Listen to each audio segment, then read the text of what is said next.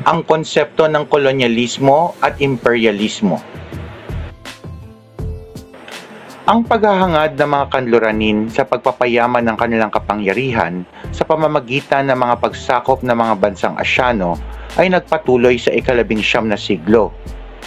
Ang patuloy na paghahangad para sa mga kolonya ay dulot ng mga sumusunod na salik. Pinasigla ng panahon ng industrialisasyon ang pangangailangan sa mga hilaw na sangkap tulad ng mga produktong mineral, agrikultural at gubat, at marami sa mga ito ay matatagpuan sa Asya. Ang tunggalian ng mga kanluranin sa isa't isa ay naging hamon sa ibayong paghahanap ng mga bagong pagkukunan ng mga hilaw na sangkap. Sa ilalim ng prinsipyo ng kapitalismo ay itinuring ng mga kanluranin ang mga bansang Asyano bilang mapagkukunan ng pakinabang o tubo.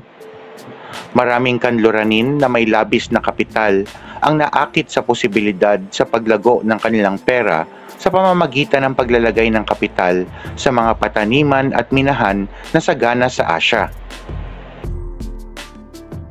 Maraming kanluranin ang naniniwala na ang kanilang kabihasnan ay mas nakahihigit kaysa sa kabihasnan ng Asya. At sa kanilang palagay ay mayroon silang tungkulin na turuan ang mga Asyano.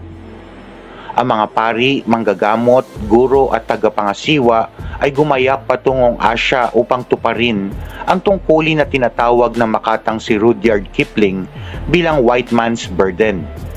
Ito ang naging pagbibigay katwiran ng mga kanluranin sa ginawa nilang pananakop sa mga Asyano. Ang bansang Thailand sa gitna ng imperialismo ng England at France. Tatlo ang mga haring kinilala na nagpatatag sa Thailand sa panahon ng pananakop ng mga Europeo. Ating kilalanin ang bawat isa. Si Haring Buddha Yodfa o Rama I. Siya ay isang sundalo at pinagtanggol niya ang hangganan ng Thailand mula sa pagpasok ng mga banyaga. Sa panahon ng kanyang pamumuno ay pinalawak ang teritoryo ng Thailand dahil bahagi ng bansa ang ilang lalawigan ng bansang Burma, Cambodia at Malaysia. Naitatag ang Bangkok bilang kabisera ng bansa sa ilalim ng kanyang pamumuno. Si Haring Mongkut o Haring Rama IV. Siya ay isang mongheng Buddhist na nakapag-aral ng wika at teknolohiya ng ibang bansa bago siya tinanghal na hari. Dahil sa kaalamang ito, ay madali siyang nakaangkop sa panggigipit ng mga banyaga. Hindi siya nangiming yakapin ang mga pagbabago upang makaagapay ang Thailand sa mga kanluranin. Ang ilan sa kanyang ipinatupad na patakaran ay ang pagbubukas ng Thailand sa banyagang kalakal, ang pagpapaunlad ng mga kalsada, sistema ng pananalapi, at paghikayat sa mga opisyal ng pamahalaan na mag-aral ng kasaysayan at wika ng mga banyaga. Si Haring Chulalongkorn o Rama V. Siya ay ang anak ni Haring Mongkut. Sa panahon ng kanyang pamumuno ay ipinagpatuloy niya ang programang modernisasyon na sinimulan ng kanyang ama.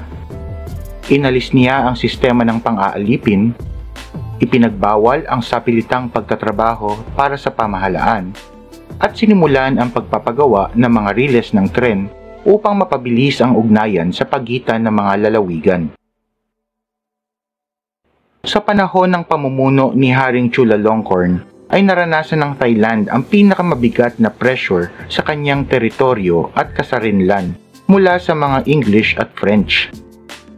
Sinikap niyang panatilihin ang magandang ugnayan sa mga banyagang bansa upang hindi sila sakupin.